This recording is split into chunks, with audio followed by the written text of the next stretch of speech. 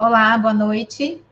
Mais uma vez nos encontramos para estudar ecofisiologia e estresse de plantas, seja por estresses bióticos ou abióticos, mas também como mitigar esses efeitos. E muitas alternativas tecnológicas têm sido desenvolvidas pelas grandes parceiras da agricultura, como é o caso que vamos investigar hoje à noite no nosso grupo de estudos. Hoje nós temos a alegria de contar com a doutora Viviane Dutra, que é engenheira agrônoma, doutora em agronomia e gerente técnica da Adermart do Brasil. E ela vai nos ajudar com o tema micro-organismos promotores de crescimento e desenvolvimento de plantas em tomateiro.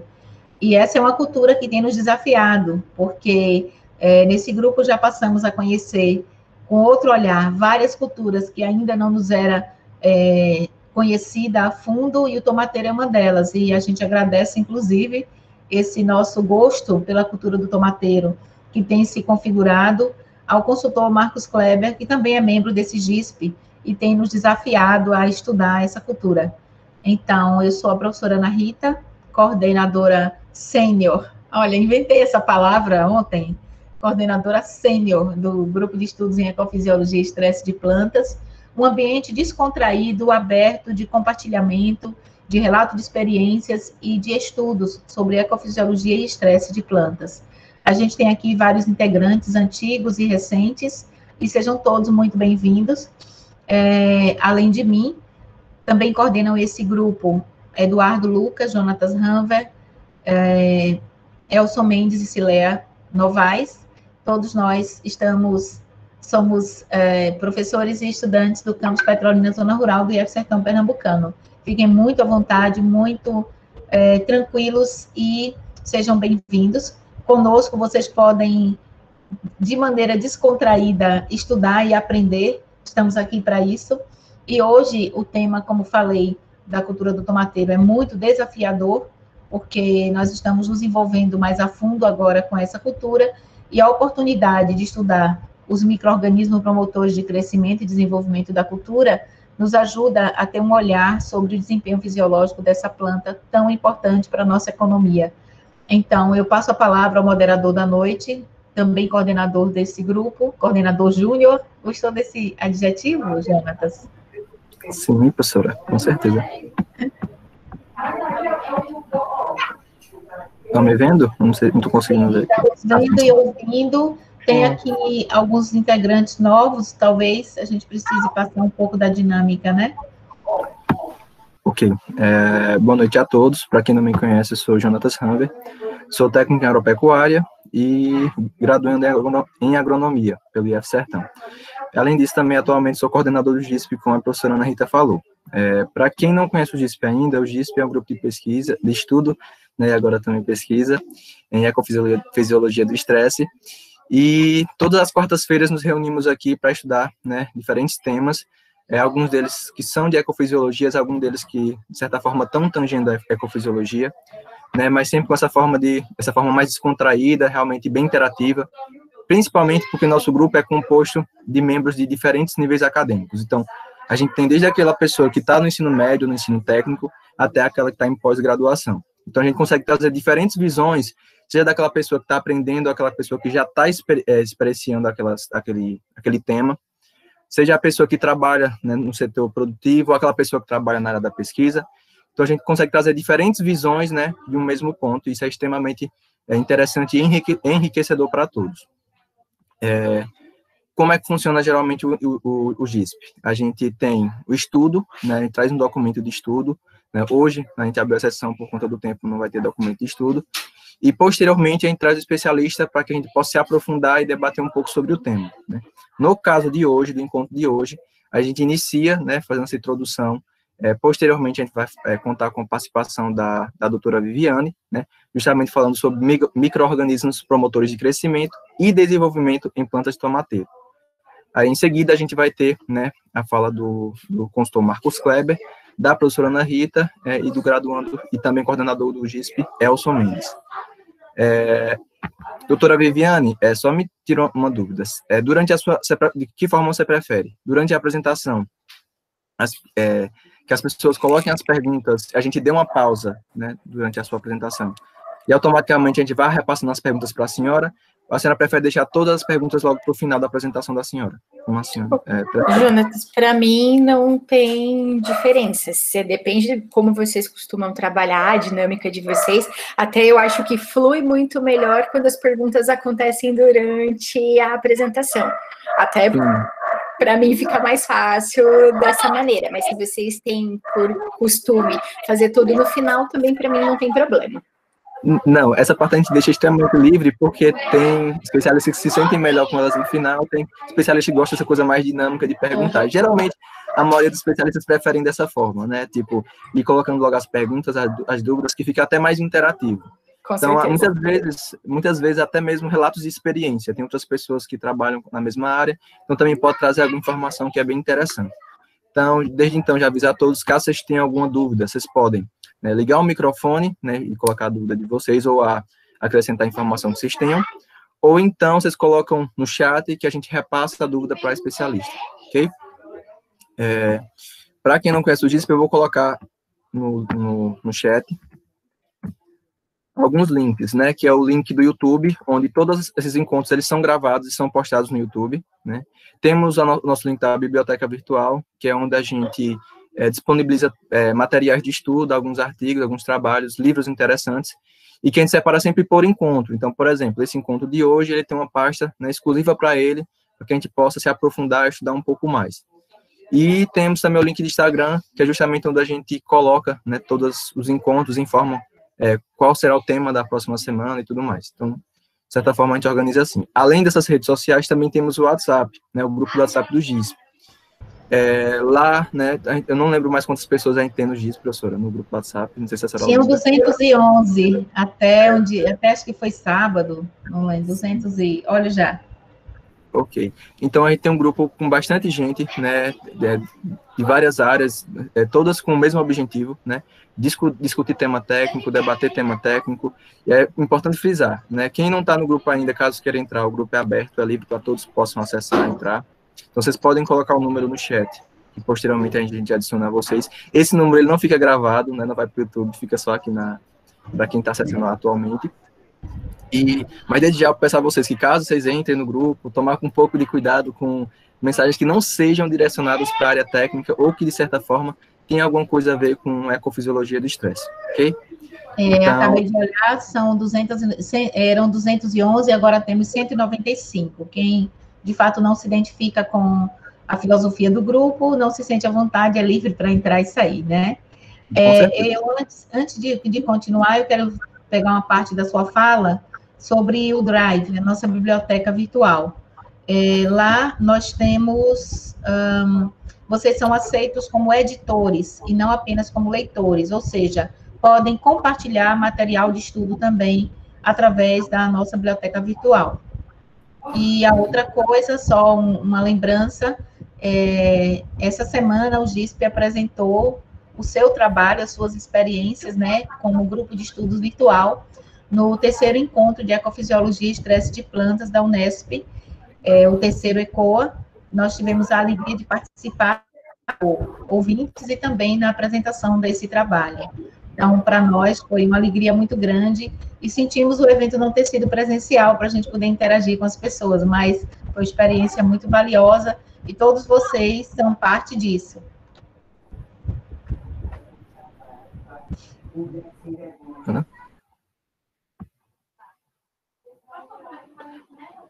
Enfim, dando continuidade, a Ana Rita saiu, provavelmente é porque o notebook dela travou, acontece isso. Acho que foi isso mesmo, só confirmar aqui. Enfim. Elson, teria como tu tirar a projeção? Pronto. Doutora Viviane? Pronto, saiu. Doutora Viviane, a senhora pode ficar à vontade para projetar, já para a gente iniciar a apresentação.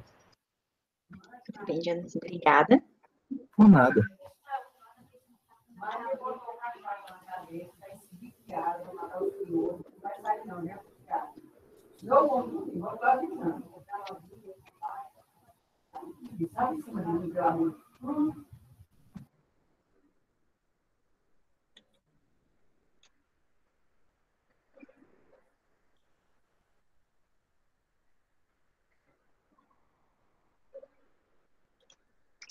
Só um instantinho, por favor. Ok.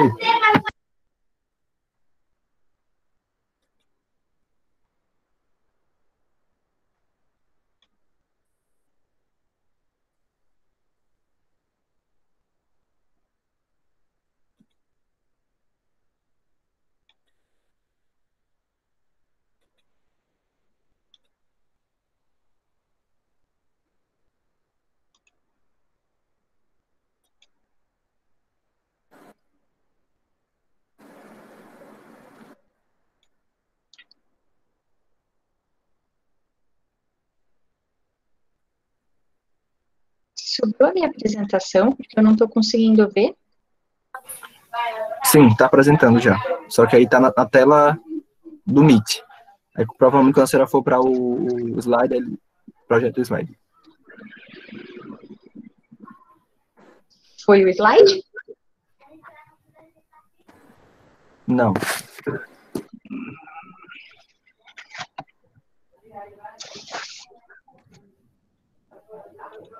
Vamos lá.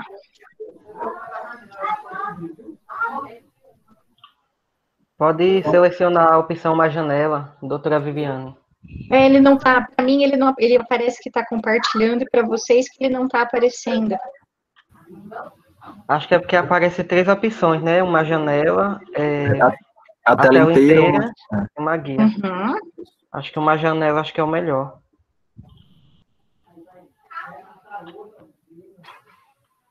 Mas a única tela que está aparecendo para mim como uma janela é a tela do Meeting. Pronto. Acho que já sei o que é. PowerPoint aberto? Sim, está aberto. Aí provavelmente foi porque a senhora minimizou antes de voltar para o Meet. Aí o que a senhora vai fazer agora? Clica novamente no PowerPoint. Uhum. Vamos deixar aberto. E clica no ícone do Chrome ou do navegador que a senhora está acessando, sem minimizar o PowerPoint. Só clica no... Agora ele foi aqui.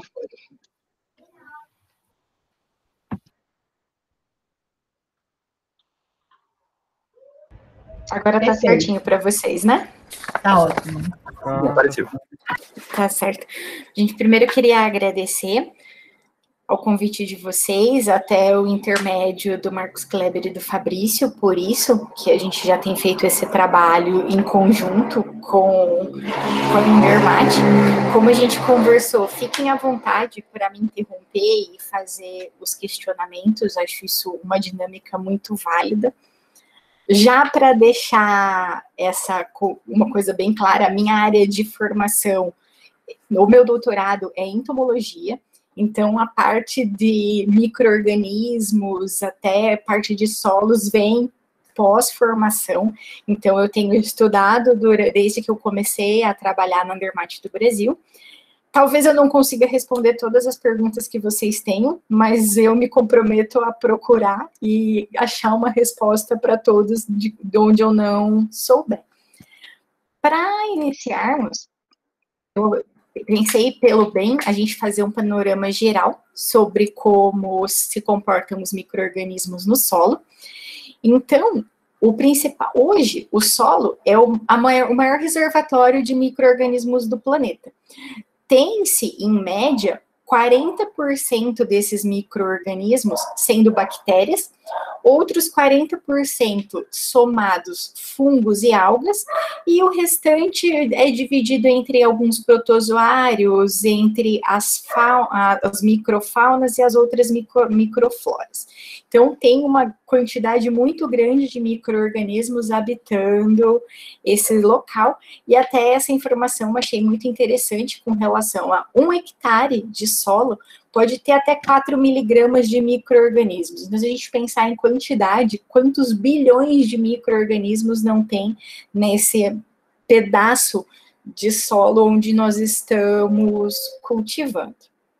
Alguns fatores afetam com mais intensidade o crescimento e a permanência desses micro-organismos no solo. Os principais fatores é umidade. Então, fator umidade em solos extremamente secos tem essa dificuldade da permanência por muito tempo do micro-organismo e estado nutricional. Quando a gente trata como estado nutricional, o que mais influencia entre todos os nutrientes e tudo que a gente tem disponível nessa solução de solo, o principal ponto para micro-organismos como um todo é matéria orgânica.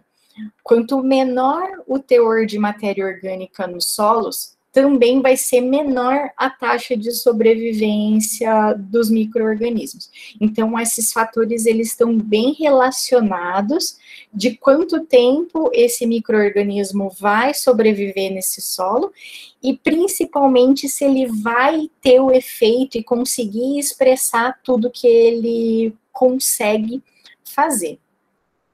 Dentre os micro-organismos que nós consideramos benéficos, eles são divididos em diferentes categorias.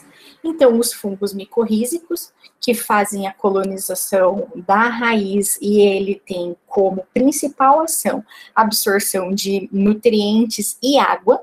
O fungo micorrízico é o que mais tem relação com a absorção de água, porque ele aumenta a superfície de contato da raiz no solo.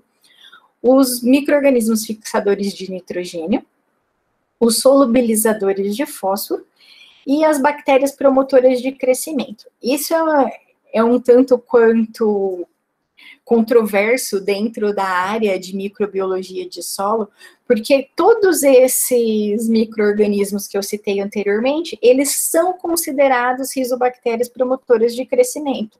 O nitrogênio e o de nitrogênio e o de fósforo, eles são considerados essas rizobactérias. Então, essa categoria de rizobactéria promotora de crescimento, ela pode abranger essas outras duas, que são os fixadores de nitrogênio e os solubilizadores de fósforo. Por entendimento, caracteriza-se bactéria promotora de crescimento aquela que é capaz de colonizar qualquer parte da planta, da raiz da planta, então ela vai ficar focada em radícula, focada em raiz, parte mais apical, parte mais basal, então vai depender de cada micro-organismo como ele atua.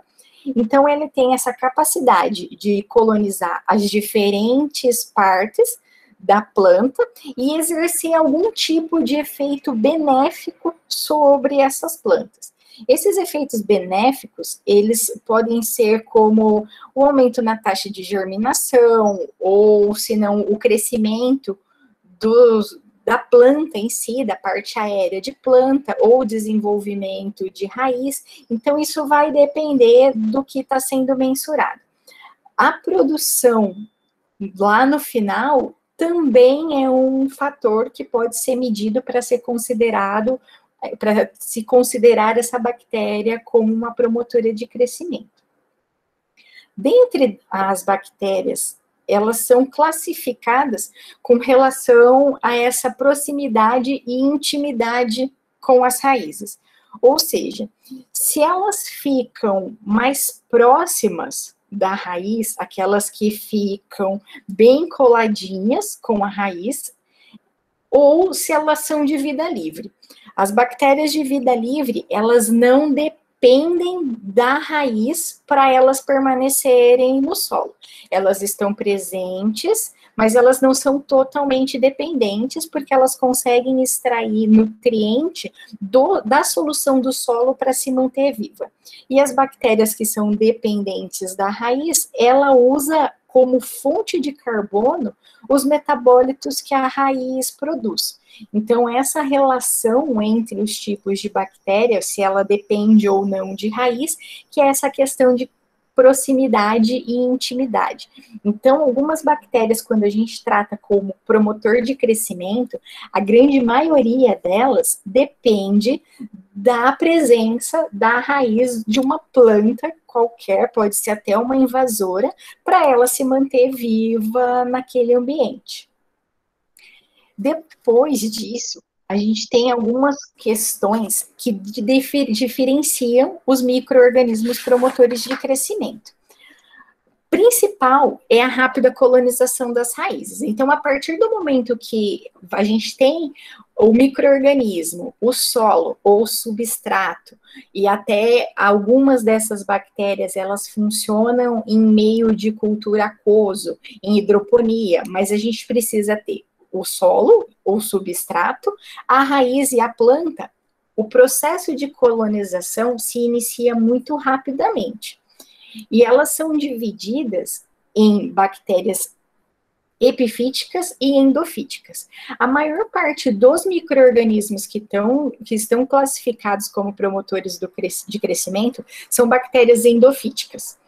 Elas colonizam a epifítica, ela coloniza só a superfície da raiz, e a endofítica, ela coloniza a superfície, mas ela consegue chegar no interior do tecido radicular, que é onde ela promove algum tipo de modificação na fisiologia ou na morfologia dessas plantas. A questão da atuação direta ou indireta no crescimento é outro ponto para se caracterizar um micro-organismo promotor de crescimento. O que seria a atuação direta nessa classificação dos micro-organismos? Diretamente, ela vai estar relacionada à questão de crescimento ou mesmo sanidade. Então, como ela vai interferir? Na absorção de nutrientes, em estruturação de solo, produção de alguns fito-hormônios. Então, isso é uma influência direta no crescimento da planta.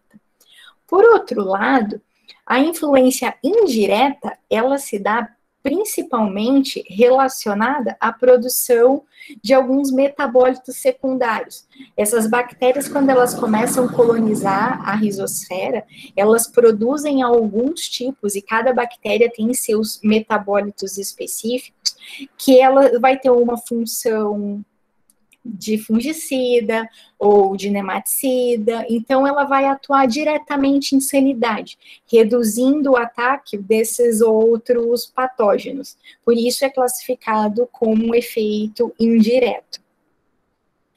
A absorção de nutriente é um ponto onde, basicamente, hoje pensando não só na ciência, até pensando em produto comercial, em como uma empresa consegue colocar um produto desse no mercado, o que a gente precisa comprovar é essa absorção de nutriente, onde o micro-organismo interfere, que tipo de nutriente ele está mudando, onde está tendo alteração.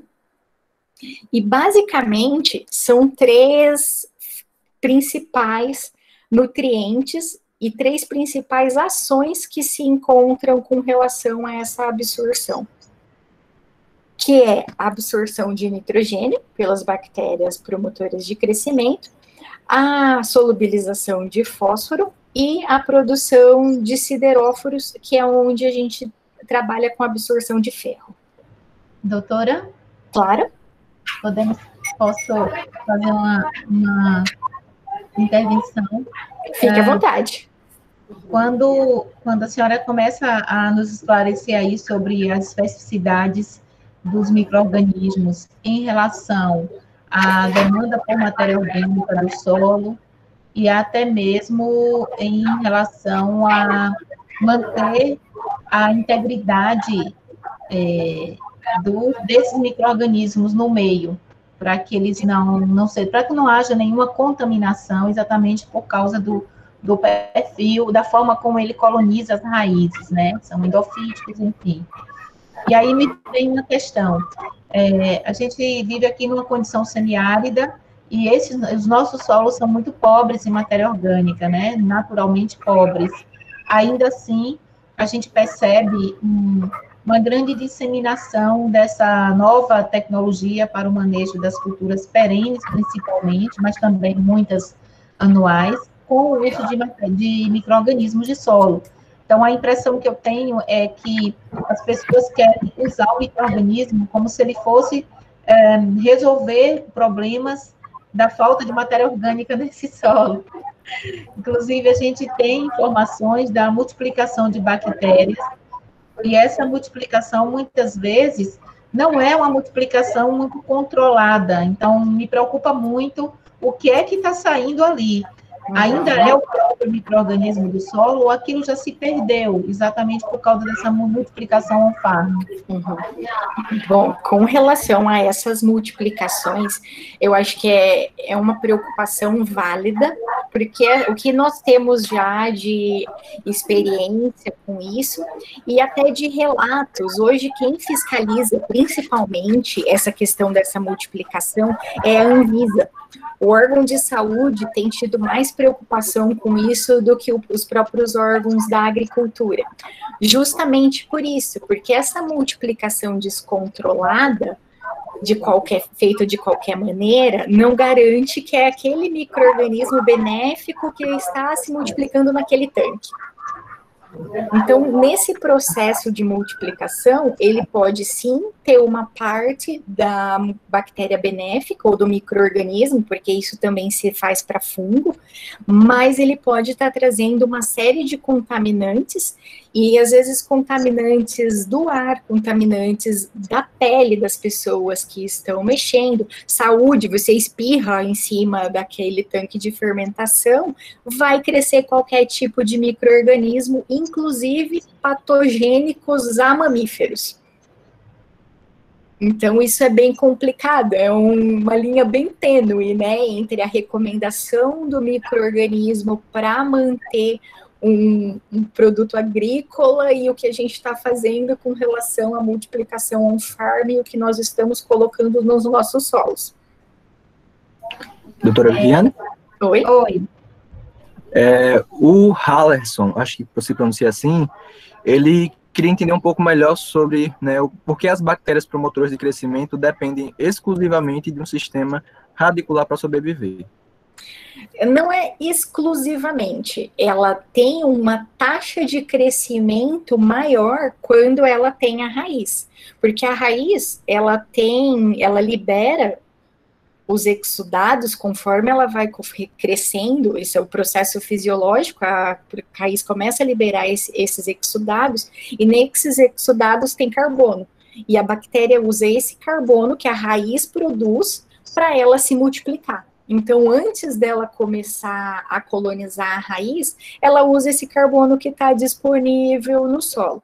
Se a gente não tem matéria orgânica como fonte de carbono, então a raiz passa a ser o condicionante para a bactéria se manter viável por mais tempo. Ok. Jonatas, antes de passar para outros comentários do chat, eu acho que Silvino está aqui. Silvino é técnico agrícola e ele trabalha com micro-organismos de solo, com uma grande experiência, inclusive, na parte de multiplicação e tudo mais. Se você quiser dar uma contribuição, Silvino, seria muito bom a gente ouvir um pouco da sua experiência nesse sentido.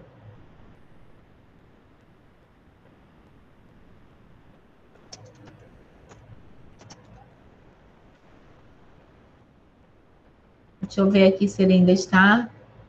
Bom, então, enquanto o Silvino, se ele puder fazer algum relato de experiência, ele está aqui, mas ele está com o microfone silenciado. Então, fique à vontade, Silvino, na hora que você quiser falar, ou mesmo digitar no chat, tá bem?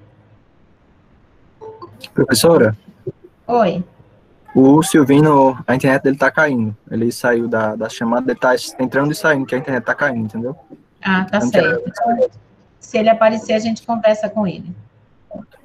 Silencio o meu microfone. Doutora Viviane? Sim. Pode dar continuidade, viu? Tá bom. Perdão pela interrupção. Imagine, fique à vontade.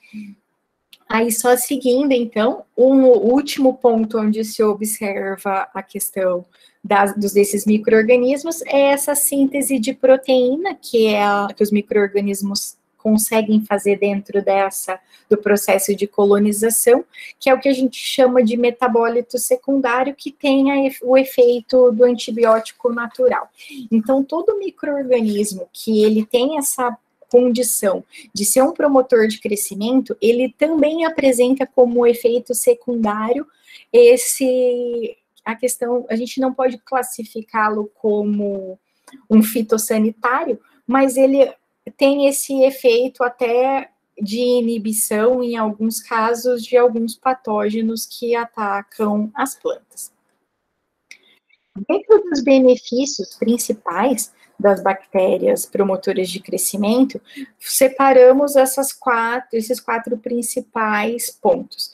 Isso já é de conhecimento, principalmente a questão da fixação biológica de nitrogênio, onde as bactérias mais conhecidas são os Rhizobiums e o Azospirillum, eles atuam no complexo enzimático da nitrogenase, então capta o N atmosférico e faz ele virar amônia, que pode ser incorporado nos aminoácidos e nas suas proteínas e facilitam a absorção pela planta. Um outro ponto, que é um efeito direto que a bactéria produz, é a questão do sideróforo. O que é o sideróforo? Ele é um composto orgânico que ele de baixo peso molecular e ele forma uma ligação estável com o ferro do solo. Então ele funciona como um quelato. O sideróforo, quando liberado pela bactéria, ele vai grudar ali naquele fósforo e vai fazer com que ele seja solubilizado e transportado para o interior das plantas. O quarto ponto, a solubilização de fósforo. Então, ele consegue solubilizar o fosfato do mineral que está insolúvel através de ácidos orgânicos. Sobre solubilização de fósforo, eu vou falar um pouquinho mais de detalhe ali à frente, aí a gente conversa um pouco melhor sobre ele. E o quarto ponto, a produção de reguladores de crescimento, que são diretamente os fito-hormônios. Algumas bactérias, elas têm essa capacidade de liberação ou estimulação de produção de fito-hormônios, como as auxinas e as giberelinas. Algumas bactérias, elas conseguem trabalhar dessa maneira. Então, esses 4 benefícios diretos são classificados dentre essas bactérias promotoras de crescimento. Falando especificamente do Bacillus amyloliquefaciens, ela é uma bactéria gram-positiva e ela pode ser aeróbia, facultativa ou anaeróbia. Ela se adapta muito bem a qualquer tipo de ambiente, por isso que eu falei, algumas bactérias nós podemos usar também em soluções de hidroponia, porque ela consegue sobreviver nesses ambientes distintos. É uma bactéria que tem bastante resistência ao calor. A gente ainda até brinca que, apesar de ser uma bactéria que foi isolada, no caso da bactéria do Bacillus amyloliquefaciens FZB45, que foi isolado de uma área fria, que ele foi isolado na Alemanha, é uma bactéria que tem como característica uma grande resistência ao calor, por isso a gente percebeu uma boa adaptação aos solos no Brasil. A bactéria, o Bacillus, ela forma os endosporos, que são as estruturas de resistência, e eles têm a habilidade de produzir os antibióticos, então, que entra naquela função secundária de inibir alguns tipos de patógenos e alguns tipos de nematóide. A questão da formação dos endosporos e ele favorecer a resistência é um dos pontos que é importante quando a gente trata produtos para se manter aplicáveis por mais tempo. Então, mesmo se nós estivermos falando, um produto que seja um inoculante, uma bactéria promotora de crescimento, ela tem essa maior permanência no solo quando ela consegue formar endosporo. Por isso, não é aquela bactéria chega, coloniza e rapidamente começa a cair a população. A gente tem um pico que ela consegue se manter por um pouco mais de tempo, colonizando essa raiz e se mantendo ativa nesse solo. Falando do Fusvac 45, que é o Bacillus amyloliquefaciens estirpe FZB45. Ele é um produto da Andermatt. A gente tem, nossa matriz é Andermatt Biocontrol, aqui é Andermatt do Brasil. A Andermatt é uma empresa suíça com mais de 30 anos no mercado europeu. focado em controle biológico. E quando a gente trata controle biológico, não é só controle biológico pensando em agrotóxico, mas sim na área de biofertilizantes, bioestimulantes, tem várias outras. E hoje a Andermatt trabalha com produtos à base de fungo, vírus, bactéria e extratos vegetais. Então, a gente tem uma gama de produtos muito grandes, todos classificados dentro da linha dos produtos biológicos. O Bacillus amyloliquefaciens FZB45 é uma estirpe exclusiva, produzida na fábrica que fica em Berlim, e ela vem para o Brasil já para pronto uso. Algumas características, ela apresenta as características principais das bactérias promotoras de crescimento, ela tem.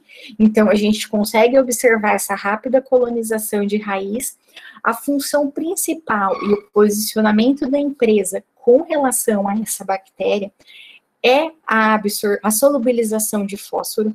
Então, esse foi um trabalho que nós começamos em 2015, aqui no Brasil. Foi o ano que nós trouxemos, nós importamos essa bactéria lá da fábrica e iniciou-se as pesquisas com todo o respaldo do Ministério da Agricultura, tentando comprovar essa solubilização de fósforo. Foram quase 3 anos de trabalho, de pesquisa em cima desse posicionamento. Começou ali em 2015, o registro desse produto, para ele se tornar comercial e ser disponibilizado no mercado brasileiro, aconteceu em 2018. Então, foram 3 anos intensos de pesquisa, e algumas características dessa bactéria, desse isolado em específico, eles já são bem conhecidos, já tem um mapeamento genético, já tem um mapeamento do genoma dessa estirpe, já tem muita pesquisa com relação a ela. E algumas características agronômicas já estão bem definidas, que a gente sabe da capacidade do FZB45 de produzir alguns compostos indólicos, de produzir os sideróforos e a fitase, que a gente vai conversar aqui logo à frente. Então, essas características, elas já são bem determinadas e bem conhecidas dentro do Bacillus amyloliquefaciens FZB45. Como ela funciona? Então, que a gente fala, né? Qual o nosso modo de ação? Depois de toda a pesquisa que nós fizemos aqui no Brasil, toda a expertise da fábrica na Alemanha, a fábrica, essa bactéria, ela veio da Universidade de Berlim. Então, a pesquisa, um dos donos da fábrica estudava ainda na universidade e achou esse isolado durante as pesquisas de campo dele, e com todo esse compartilhamento de informação do que foi feito aqui e das informações que eles tinham lá, nós conseguimos mapear o modo de ação do Fosbac 45. Então, como a gente explica isso? Ele solubiliza o fósforo inorgânico através da ação dos ácidos orgânicos, principalmente ácido cítrico e ácido glucônico, porque os grupos hidroxilas e os grupos carboxilas que tem nesses ácidos orgânicos, eles se ligam por ligações catiônicas ao fosfato da porção insolúvel do solo. Então, essa hora que ele consegue fazer essa ligação de cátion, ele vira a forma orgânica solúvel. Então, a planta vai conseguir absorver, ela vai estar disponível na solução de solo e vai conseguir absorver. O outro ponto é a mineralização do fósforo solúvel, que são 2 coisas distintas. A solubilização do fósforo inorgânico e a mineralização do fósforo que já está na porção solúvel. Da porção solúvel, ela se dá através da formação de fosfatase.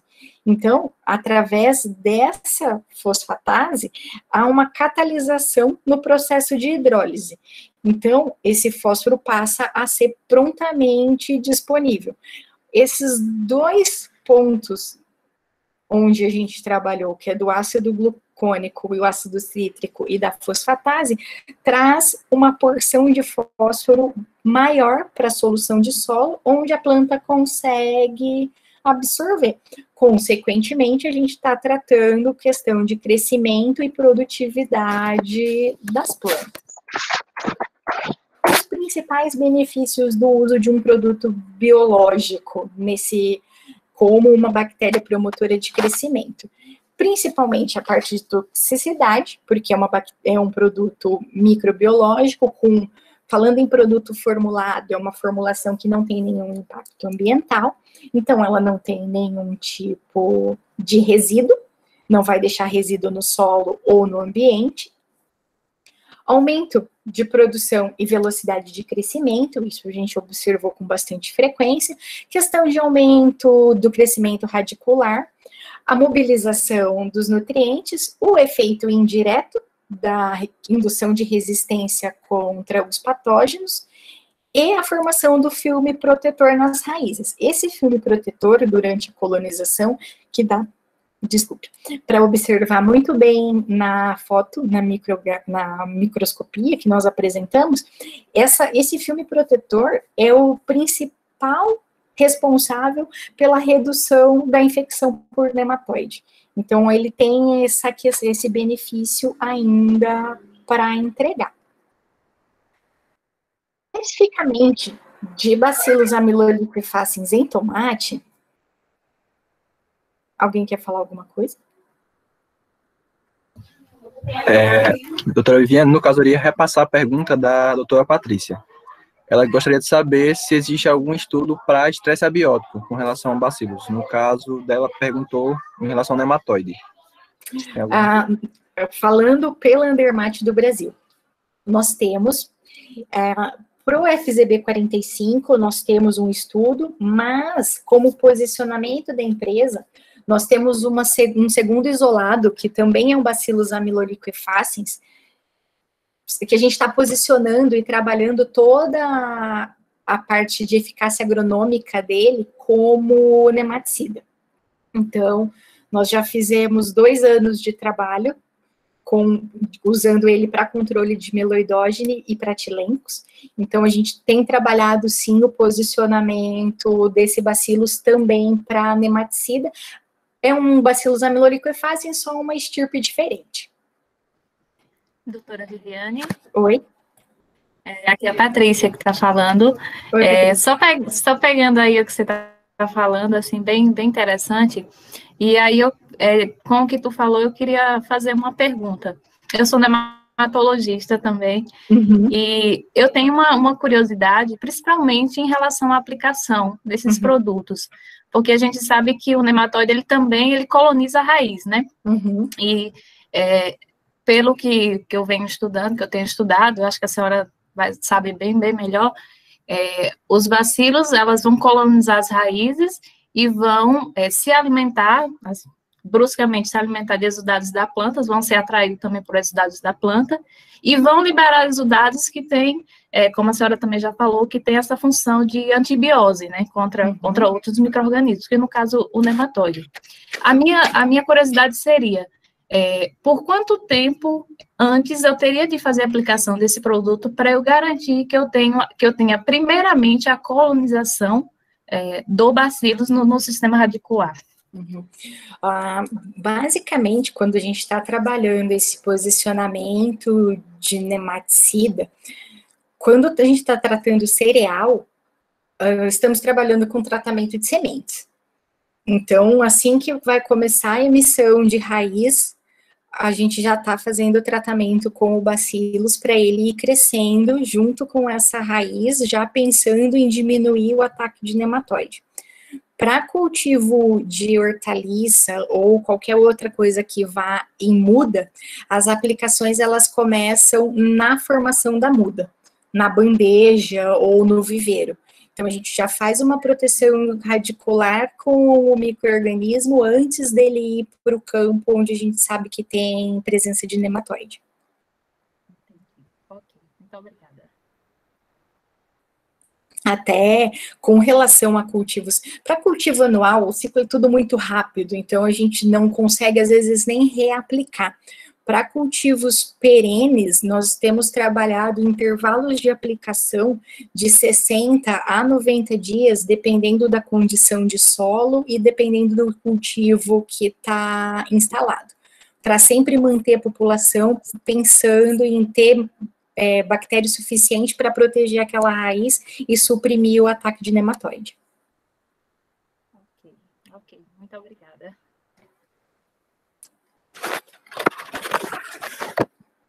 Aí, só dando continuidade, tratando específico do cultivo de tomate, quando nós começamos as pesquisas do Fosback aqui no Brasil, tratamos duas culturas bem distintas, batata e tomate.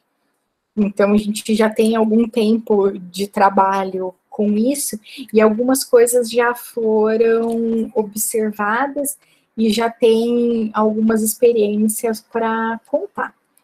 Por que usar um biofertilizante em tomate? Isso foi a primeira pergunta que nós nos fizemos. Por que usar uma bactéria em um cultivo de tomate?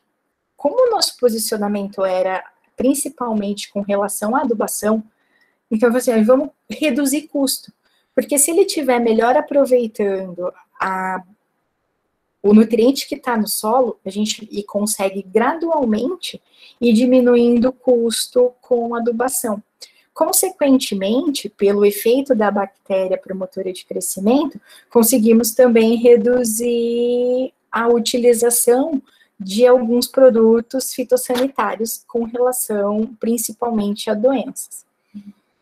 Alguns dados que nós já temos, que já foram coletados, tem uma pesquisa que já tem alguns anos, só que ela ainda não foi finalizada, em parceria com a Universidade Federal do Paraná, e esses pontos que eu citei aqui, com relação à produção dos compostos indólicos, dos sideróforos, o aumento de clorofila, a clorofila A, clorofila B, as totais, isso já é um resultado de uma pesquisa da Universidade Federal.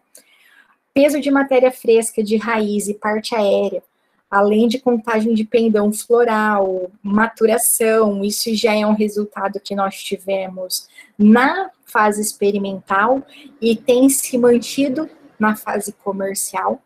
A gente já tem áreas de tomate tratadas, estamos indo para o terceiro plantio na região de Brasília. Aumento de produtividade, nós também já temos todos esses relatos em diferentes áreas. Em área de cultivo de tomate para indústria, tomate para mesa, tem se mantido uma regularidade, apesar do tomate mesa ser um pouco mais difícil de medir produtividade pelo escalonamento de colheita. A gente consegue isso muito melhor no tomate da indústria. Outro efeito que a gente já tem relatado, a questão do aumento da área foliar. Nas áreas tratadas, a gente teve uma média de aumento de 31,6% das áreas de foliar. Aumento na taxa fotossintética, que implica diretamente em fotossimilado e translocação para os órgãos de crescimento. Massa seca, a produção de muda, quando a gente coloca essas mudas, faz o tratamento das bandejas antes delas irem para o campo, já na fase de viveiro, o pegamento das mudas é maior, então a gente tem reduzido o replantio dessas áreas. E para ilustrar algumas coisas, aqui eu vou colocar só algumas fotos para vocês.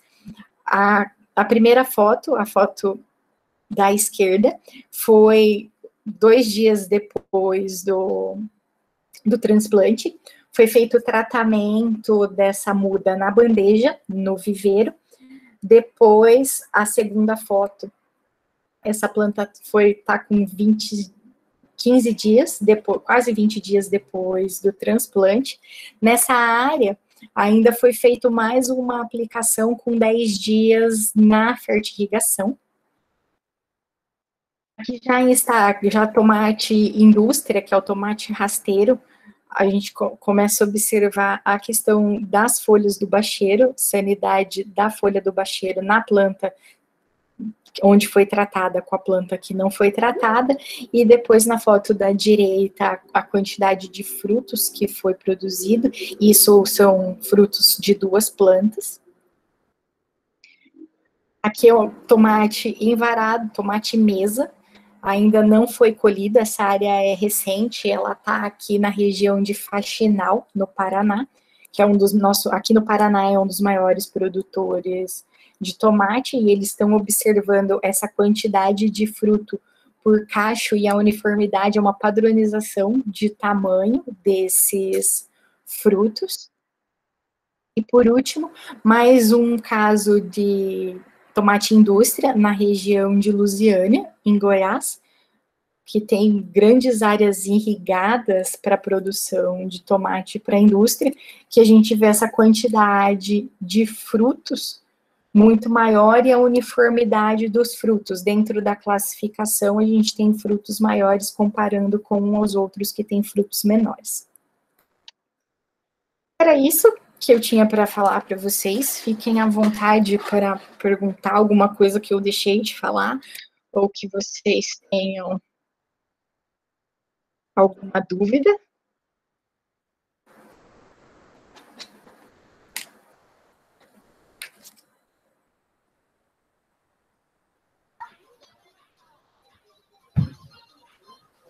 Doutora Viviane? Oi? Por enquanto, a última pergunta foi da Patrícia.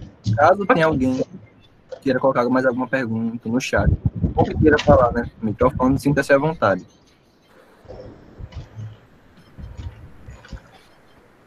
Ana? Oi, eu estava aqui verificando se Silvino tinha conseguido entrar, porque eu acho que o depoimento dele, os relatos de experiências, talvez fossem muito valiosos, porque ele trabalha com micro-organismos diretamente em processos de multiplicação, talvez até mais alguma coisa, mas ele não conseguiu voltar, pelo visto está ainda com problema de conexão, ele está com o microfone silenciado e aparece que ele está online, mas eu não sei nem se ele está nos escutando. Bom, assim sendo, a gente poderia seguir, caso alguém tenha alguma intervenção, alguma colocação a fazer, já aproveita esse momento. Tem uma pergunta de Giovanni. Isso. O Giovanni Alves pergunta: quais os fatores que causam influência na flutuação da população desses micro-organismos no solo? Tem algumas coisas que podem interferir. Hoje, o que a gente tem acompanhado, e mais ou menos o que a gente já sabe, a aeração. Então, a aeração do solo, às vezes, faz alguma diferença. Solos muito compactados, eles têm uma menor multiplicação. A falta de raiz, isso interfere muito no desenvolvimento e na permanência da bactéria nessas áreas. Mas, principalmente, eu acho que o principal ponto é que algumas plantas, elas também vão ver isso como um micro-organismo externo, né? Então, isso também pode interferir. O Bacillus, o FZB45, ele tem um pico de crescimento em torno de 45 a 60 dias. Então, essa seria a fase de maior multiplicação da bactéria. Isso como padrão. Apesar que aí começam as influências e as variações, água em estresse hídrico muito elevado também pode interferir no tempo que essa bactéria vai continuar viável. Mas é normal todas elas chegarem mais ou menos a esse pico de 60 dias como máximo, como ótimo, e a partir disso começar a reduzir a população. Excelente. O Eduardo, ele pergunta se existe algum bacilo que promova a maior resistência contra milídio ou oídio. Bacilos com aplicação para doenças foliares, a gente tem alguns produtos comerciais já aqui no Brasil com relação a esse posicionamento, principalmente a base de Bacillus subtilis. Então, já tem algumas coisas, algumas empresas trabalhando dentro desse posicionamento de aplicação foliar para essas doenças fúngicas. A Patrícia pergunta se há algum problema de compatibilidade com fungicidas. Nós fizemos uma pesquisa bem grande já com relação à compatibilidade. Como eu comentei com vocês, nossa primeira cultura de estudo no Brasil foi batata. E aqui, pelo menos Paraná, São Paulo e Minas Gerais, usa, na média, 7 ou 8 tipos de fungicidas diferentes no sulco de plantio. Então, nós já fizemos uma pesquisa de compatibilidade com vários desses produtos. Ele foi compatível com quase todos. O único que nós não tivemos compatibilidade até agora é o Ditane. Não é o Mancozeb como um todo. Com o Mancozeb, ele é compatível. Ele não é compatível com o Ditane especificamente.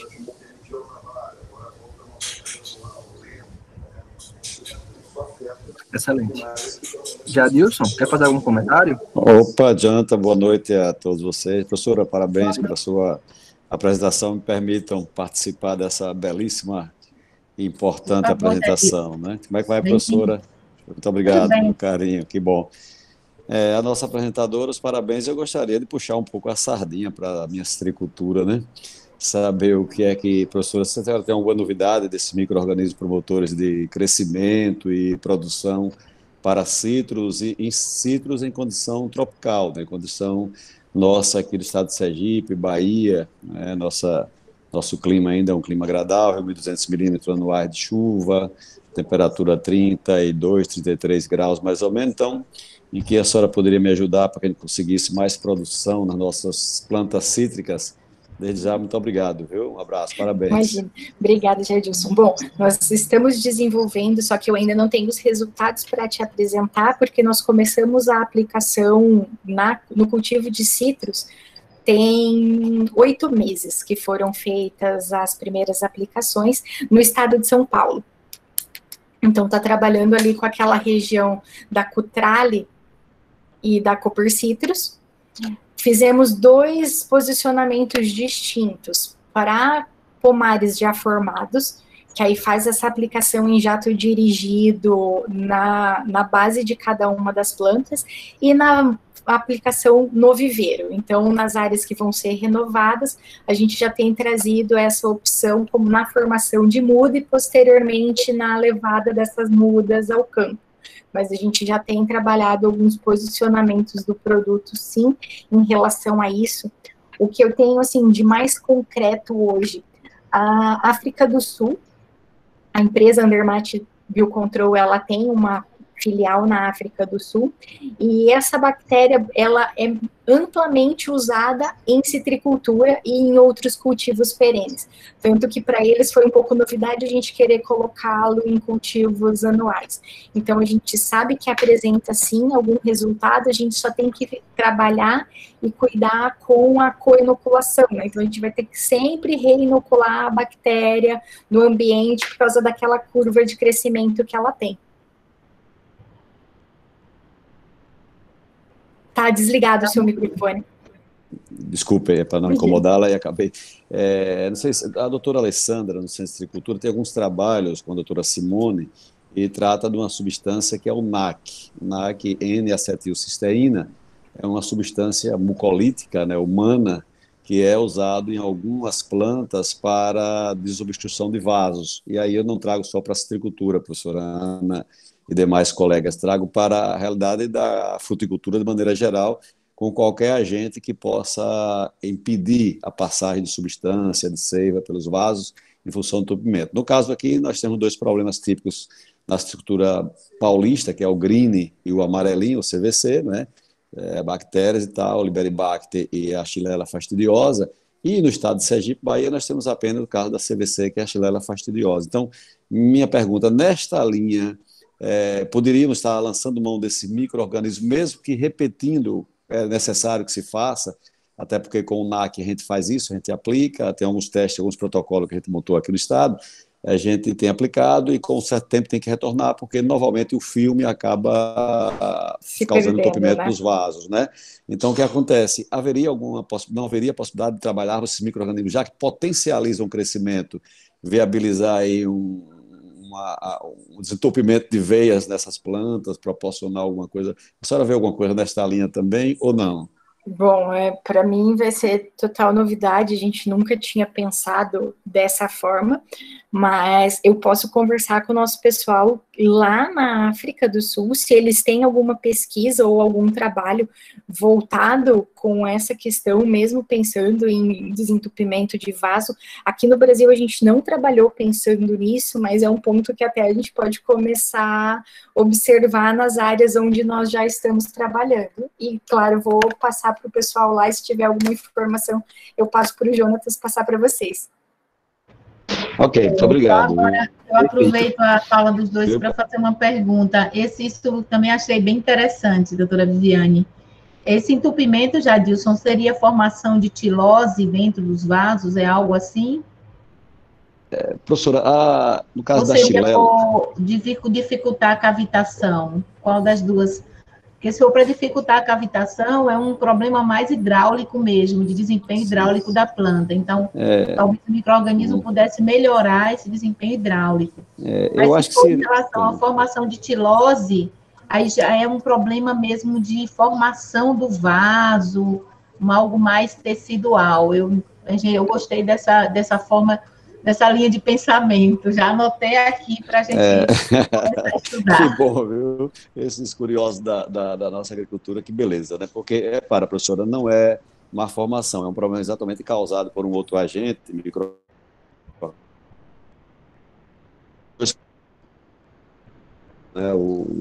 tanto a África do Sul, Estados Unidos, a agricultura americana, né, Flórida, o Brasil hoje, na região de São Paulo, alguma coisa de Minas, Paraná e tal, então eles já saboreiam esse mal-estar com o green. É um problema seríssimo, né? Para nós aqui, graças a Deus, o nosso clima, eu tenho atribuído a isso, não tem permitido. Mas o que é que acontece? Essas bactérias, tanto a Xylella fastidiosa do CVC, clorose variegata do citrus, ou amarelinho, ou Liberibacter americano, asiático, que é a causadora do green, transmitido por alguns insetos, né? Então, o que acontece? Eles acabam, nessa ação de toxicidade dele, causando um entupimento dos vasos, cria um filme, que é comum nesses traumas, e aí acaba envolvendo toda a fisiologia da planta, que a planta se debilita, a seiva não consegue transitar, a planta vai se debilitando, não é uma morte assim muito rápida, mas vai diminuindo o tamanho de fruto, debilita-se, e em alguns casos é sugerido até a erradicação. Esse trabalho da doutora Alessandra, inclusive é uma coisa ímpar, ela começou a fazer esse trabalho até pioneira nesta linha. Claro, existem os trabalhos já de injeção, né, de algumas substâncias mucolíticas, exemplo do NAC, na acetilcisteína, em que se observou o desentupimento. Isso foi trazido para os trabalhos da citricultura e apresentou resultados interessantes. Existem algumas empresas, uma empresa que eu conheço, que já trabalha com esse formulado, é um produto fabricado por elas, e que ele adiciona um NAC e vem dando alguns resultados interessantes, né? Ainda deixando a desejar algumas coisas, porque o problema é bastante complicado, para esse desentupimento desses vasos. Agora, há necessidade, já foi desenvolvido a injeção do NAC via fertilizante, ele já está no grânulo de fertilizante, pode ser feito via nutrição do solo, com a necessidade de repetição durante alguns tempos. Precisa driblar ainda custo, uma série de coisas, mas é uma luz aí que já aparece, né? Então, seria essa a nossa questão. A gente montou já um protocolo aqui, observa-se algumas melhorias, né? Mas a coisa é bastante grave, e tanto é que hoje a citricultura da Flórida se deve muito à sua destruição pelos eventos da natureza, mas também em função do green, né? Uma perda muito grande. São Paulo tem áreas estúpidas perdidas com o green já. E nós aqui de Sergipe, Bahia, rezamos todo dia um bocado de orações para que ele não chegue aqui. Nossos pomares não suportam, né, o grind, ou seja, nós não temos pomares em tamanho, em áreas que suportem as erradicações que o grind causa. Mas muito obrigado, viu, pela oportunidade de participar com vocês. Eu me sinto bastante lisonjeado de participar dessa equipe tão boa e tão discutiva sobre os assuntos, né? Professora Viane, parabéns, viu? Ainda estamos pensando nos citros da semana passada, e, por favor, Adilson, dê uma olhada lá no grupo do WhatsApp, que uma participante estava com umas dúvidas sobre formação de frutos, e mandou algumas fotos, mas eu acho que você não chegou a ver. Se você puder contribuir com a dúvida dela. Ok, professora, veja. Se eu não me engano, já vi alguma coisa sobre algumas folhas enrugadas e alguém sugerindo ser pulgão, e parece realmente ser pulgão, e parece que alguma delas com alguma cochonilha branca, umas cochonilha branca que causa esse dano de sucção, mas mais para pulgão ali. Ótimo, obrigada. Tá bom, um abração, professora. Desculpe, tchau. Tudo certo, ótima intervenção. Doutora Viviane, eu anotei aqui uma coisa que na hora que a senhora estava falando eu posso ter descuidado na atenção, mas em relação à duração e permanência do biofilme formado pelo micro-organismo, como é que tem sido as pesquisas da empresa em relação a essa duração, essa permanência desse biofilme, porque a gente nota que há muitos concorrentes no mercado, todos prometendo que a permanência desse biofilme se dá por longas horas, mas como tem sido em relação à cepa, que é a do Fosbac? Bom, acho que o que a gente mais conseguiu medir hoje foram nos trabalhos que nós fizemos com nematóide, porque aí a gente consegue acompanhar bem se a bactéria continua se desenvolvendo, se esse filme ele vai se desenvolvendo junto com o crescimento radicular. Nas áreas onde nós acompanhamos, tanto nos trabalhos que foram feitos em vaso com inoculação artificial, como em campos infestados, a gente conseguiu ver que ele se mantém durante o crescimento radicular com um bom desempenho por 45 dias, mas isso se dá devido à taxa de multiplicação da bactéria. Se a gente começa a perceber que essa bactéria está diminuindo demais a taxa de multiplicação dela, se ela não encontrou um ambiente satisfatório, esse filme ele vai se perdendo. Então, enquanto a gente tem a bactéria, a gente vai ter a formação do filme, porque ele está renovando, né? A colônia de bactéria está crescendo e ela está sendo renovada. Quando a gente começa a perder essa multiplicação, essa taxa de crescimento, isso também vai se perdendo. Então, vai reduzindo, vai enfraquecendo, porque isso é um metabólito que fica coladinho ali, né? E se a bactéria deixa de produzir, isso vai se degradar no solo. Mas hoje o que a gente conseguiu observar, principalmente nos estudos de nematóide, foi essa permanência satisfatória entre 30 e 45 dias. Que a gente conseguiu medir bem que ela ainda está apresentando um efeito de inibição. Certo. O crescimento radicular, ele vai interferir muito nisso também, né? Porque a raiz começa a crescer muito, às vezes a bactéria não dá conta de multiplicar no ritmo que a bactéria está crescendo e proteger todas essas raízes. Posso só fazer um comentário, Ana? Sim, por favor, Patrícia. É bem interessante esse ponto explicado por a doutora Viviane, porque vai influenciar diretamente no manejo. Por exemplo, meloidógene, a gente só tem um estágio infectivo, J2, mas quando a gente fala de pratilencos, por exemplo, todos os estágios deles são infectivos. Então, isso vai influenciar diretamente no manejo lá da cultura, na periodicidade de aplicação. Porque aí a formação desse biofilme é o que a gente conhece na nematologia, entre uma série de outros efeitos, é o que vai dar essa proteção aí para a planta, né?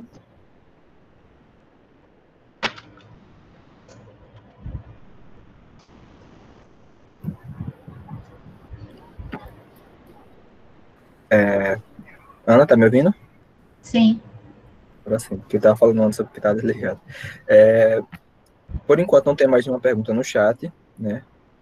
Alguém quer colocar mais alguma coisa, alguma dúvida, fiquem à vontade, não fiquem com vergonha. Aqui a gente é sempre democrático, ninguém tem Não tem restrição contra isso, não, viu? Fiquem. A fala de Marcos Kleber está para que momento? No caso, agora. É só, a gente só queria certificar realmente que não tem nenhuma dúvida em relação à apresentação da doutora Viviane, para a gente realmente dar seguimento. Mas acredito que todo mundo já conseguiu esclarecer tudo. Deixa eu dar uma olhadinha. Então, acho que a professora já pode projetar. Sim. Né? Marcos Kleber vai falar agora ou já projeto? Projeto logo o slide da senhora? Quem vai projetar, a senhora ou o Elson? Os dois, e Marcos Kleber deve fazer alguma intervenção. Isso. Conseguem ver todos? Por enquanto, não. Não? Então, peraí, vamos lá. Talvez eu não tenha pedido para apresentar, acho que não. Realmente. Vamos lá. Uma tela. Agora vai.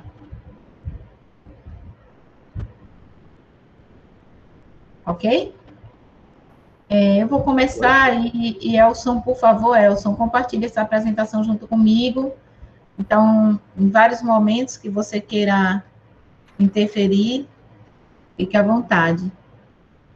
Bem, nosso envolvimento com o micro-organismo Bacillus aeruginosa, e em especial com a cultura do tomateiro, partiu de uma iniciativa do consultor Marcos Kleber, que nesse tempo de pandemia, que a gente anda tudo mascarado, a gente não se reconhece, né?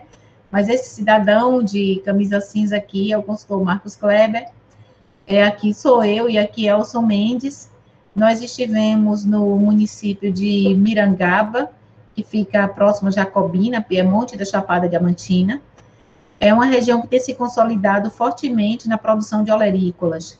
E as áreas de tomateiro lá têm, de fato, assumido uma expressão econômica muito grande, gerando muitos empregos. Mas, quando a gente fala no perfil do tomaticultor, do cebolicultor aqui da região, é certamente muito diferente dos perfis que a gente viu na apresentação da doutora Viviane. São pessoas que têm um nível de adoção de tecnologias ainda não é dos mais consolidados, alguns já o fazem, mas, de fato, é o produtor que investe no tomate, na cebola, como alternativa de investimento com retorno muito rápido. Talvez Marcos Kleber possa até elucidar melhor esse ponto de vista.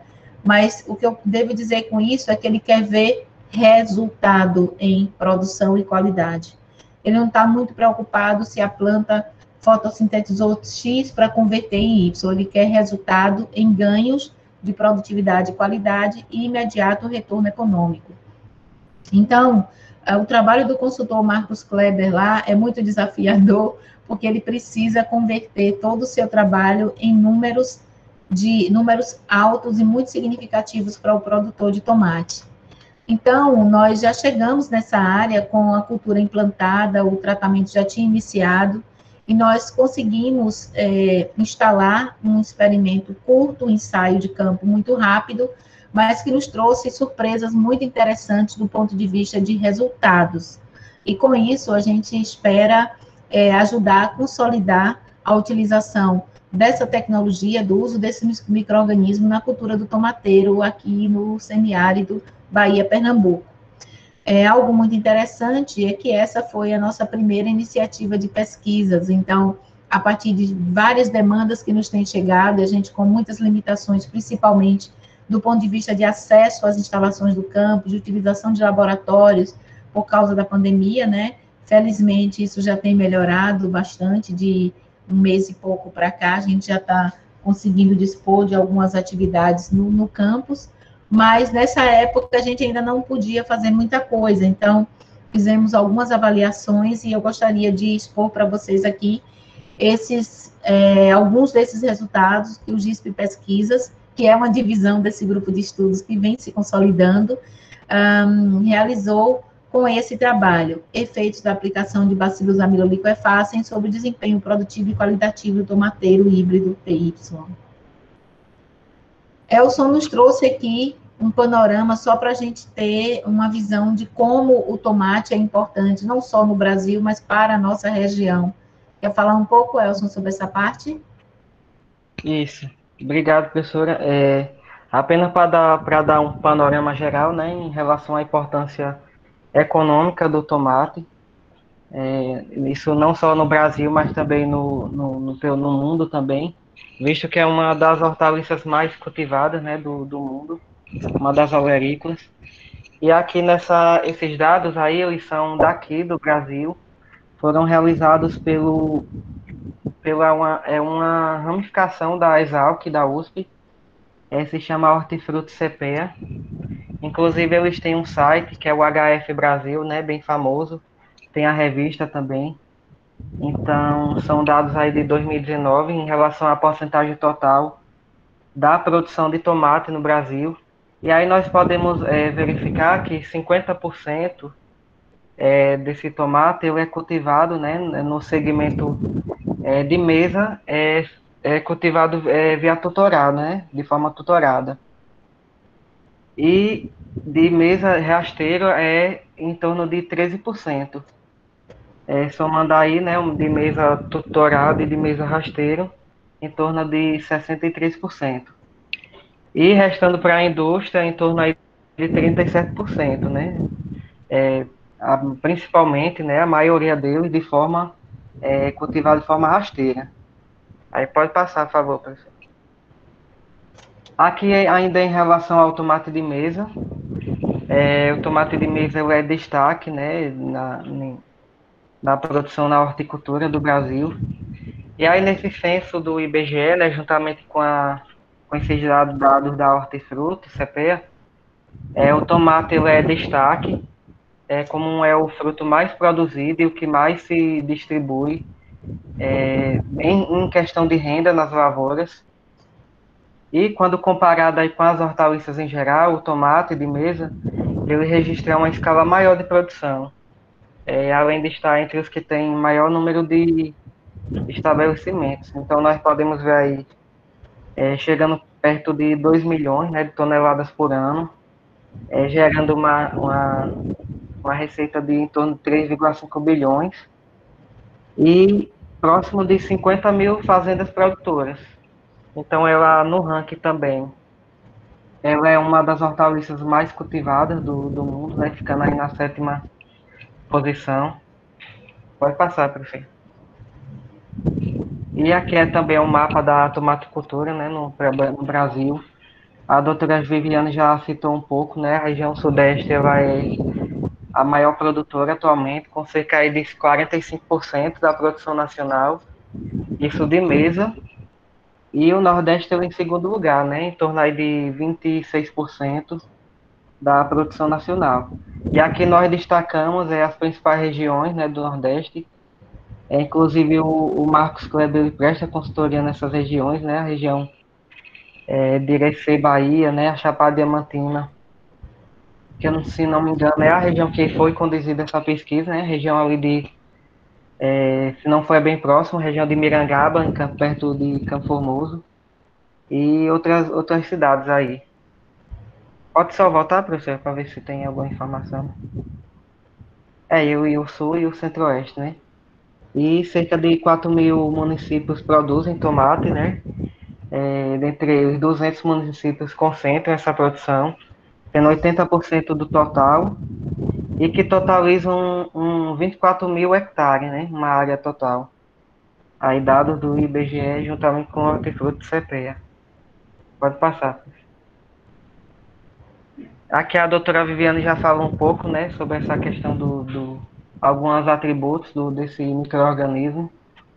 E falando um pouco sobre os bacilos em geral, essas bactérias elas são gram-positivas, né? Essa bactéria do gênero Bacillus, elas podem ser consideradas gram-positivas, ou seja, elas obtêm uma coloração violeta ou azul escura através da técnica chamada técnica de Gram, foi desenvolvida por um especialista, né? Cujo nome vai o nome da técnica. E é o oposto das bactérias gram-negativas, que elas são incapazes de fixar é a violeta, né, de apresentar essa coloração, né, retendo no lugar uma coloração, contraste, que ela dá em torno de uma tonalidade mais vermelha ou rosa. E também já foi falado, né, são mais resistentes ao calor, então Essa ela parte a gente pode pode ser avançar, né? aplicada.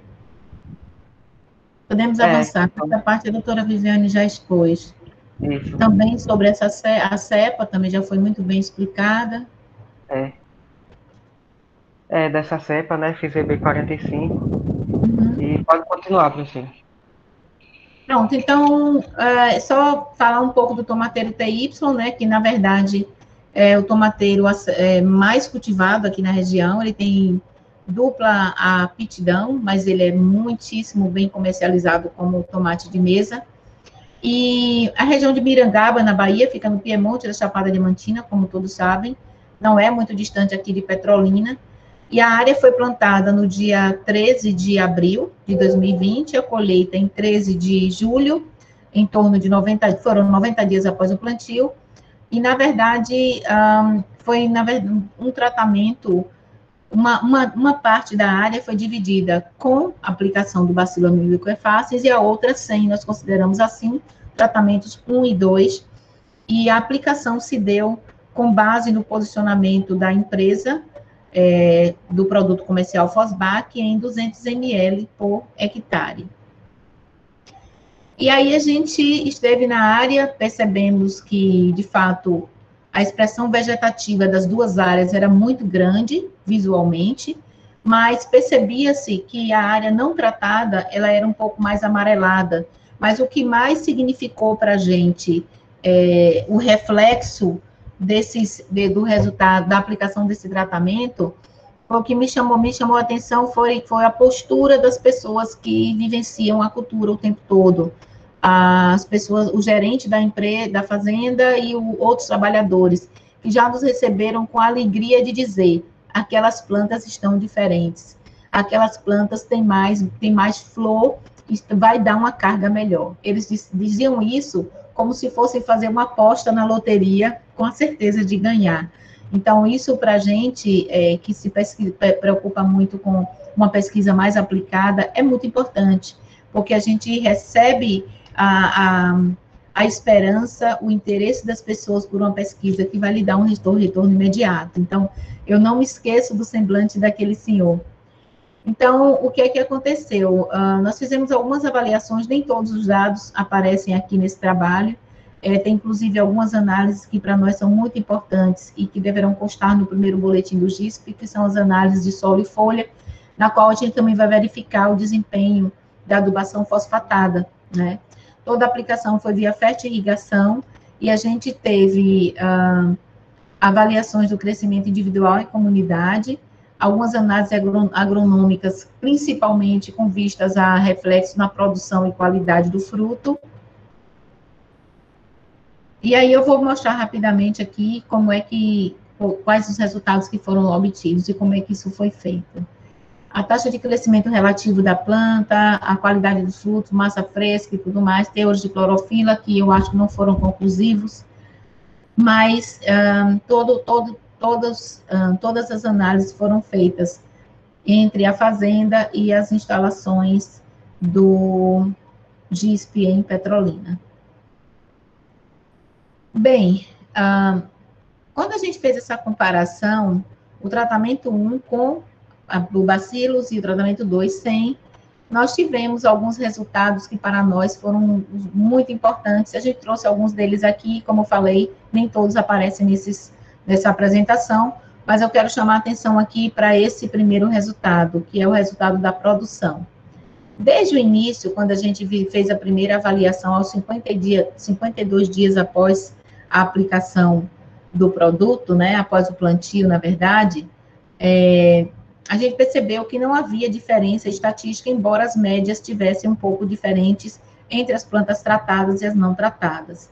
Mas quando chegou ao final da produção, a gente já notou essa diferença, era visual, nem precisou fazer a quantificação planta a planta. E bem interessante é que quando o pessoal da fazenda começou a ficar feliz, alegre, com a expectativa de alta produtividade, foi aqui aos 52 dias, porque já se percebia uma carga floral muito maior e a presença de polinizadores na área. Então, já se tinha a expectativa de que vento, inseto, os polinizadores que mais fossem atuar tivessem sucesso, porque a quantidade de flor era realmente muito grande. Nós até avaliamos essa florada também. Depois, observamos que os frutos colhidos tiveram uma massa fresca estatisticamente superior, com uma diferença muito grande, uma média de quase de 19,4 quilos por planta superior. Eu vou ter que minimizar a tela para dar acesso a alguém que entrou aqui, viu, gente? Só um instantinho. Okay. Bem-vindo, Guilherme. Nossa. Olá, Humberto, bem-vindo. Tudo bem? Pronto. Então, eu vou voltar aqui para o mesmo slide em tela maior. Bom, então, voltando, quando a gente quantificou a massa fresca dos frutos aos 52 dias, lembrando que o crescimento do tomateiro revela a permanência de florada e de frutificação em estágios consecutivos, né, ou em estágios, eles acontecem ao mesmo tempo. A gente percebe que a planta vai crescendo, mantendo a floração e já apresenta a formação, frutos formados. Isso vai até o final do ciclo. Então, foi bem interessante a gente observar que, embora no início a gente não percebesse, aos 52 dias, uma variação na massa fresca de frutos, no final isso se revelou, tanto em volume produzido, quanto em massa, em peso, né, em massa fresca. Então, aqui já deixa o agricultor feliz quando ele percebe frutos mais pesados, numa média de quase, de pouco mais de 19 quilos por planta, superior em relação às não tratadas.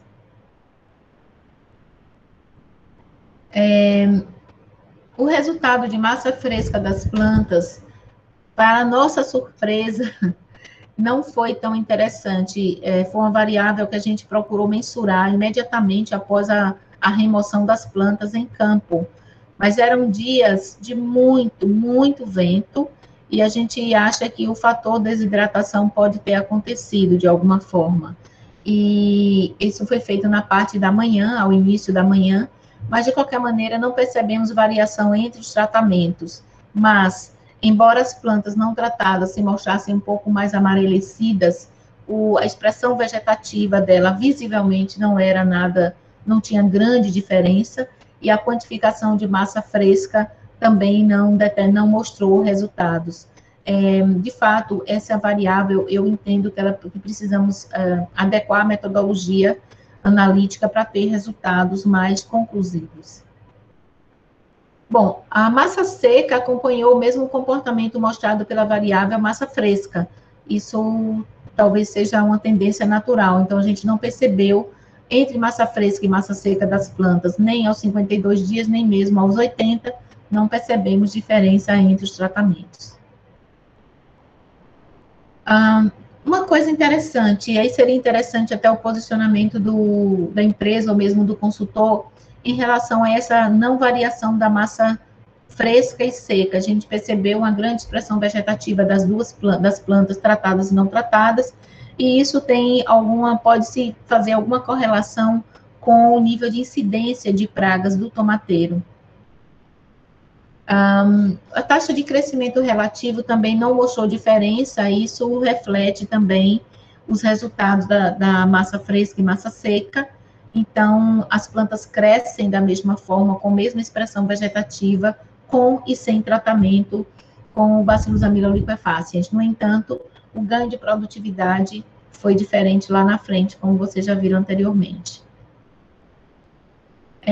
Também não percebemos diferenças em relação aos sólidos totais. Isso foi bem impressionante, porque nós avaliamos esses sólidos totais ao longo do período de armazenamento, né? E aí trouxemos algumas médias aqui, e não houve essa variação. Isso é bem interessante. Tratadas ou não tratadas, elas mantiveram o mesmo teor de sólidos totais. Então, aí vai uma coisa, não sabemos se aquele gene que expressa o ganho de sólidos totais para o tomateiro, acho que é um gene APX, não estou bem lembrada, se ele é influenciado de alguma forma por esse tratamento.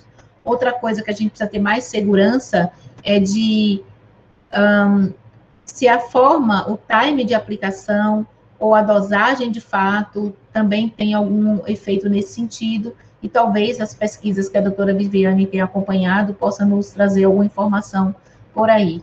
Em relação a teores de clorofila também, o comportamento foi praticamente o mesmo, embora a gente tivesse percebido visualmente um amarelecimento das folhas das plantas não tratadas, mas isso não foi expressivo. Inclusive, a gente acha até que pode ter havido algum erro experimental, porque aqui a gente tinha percebido esse amarelecimento por diagnose visual, mas aqui a gente percebe que as não tratadas até mostraram valores ligeiramente superiores, né?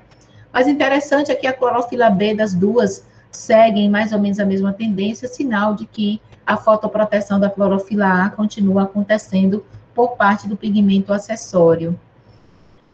Aqui a gente acompanhou a evolução dos sólidos totais e da maturação ao longo de 3 dias. Na verdade, foi muito mais. Na verdade, foi até a senescência absoluta. Mas coloquei aqui foto dos 3 dias. E como eu falei, isso aqui não é um laboratório. Nós estávamos com dificuldade de acesso por causa do auge da pandemia.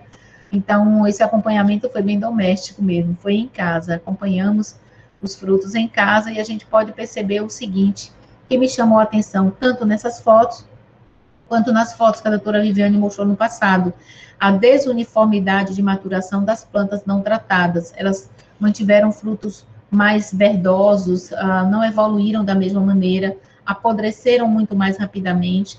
Essas plantas sofreram ataque de traça do tomateiro ao final do ciclo, e a gente percebia danos muito mais marcantes nos frutos não tratados, que aparecem aqui.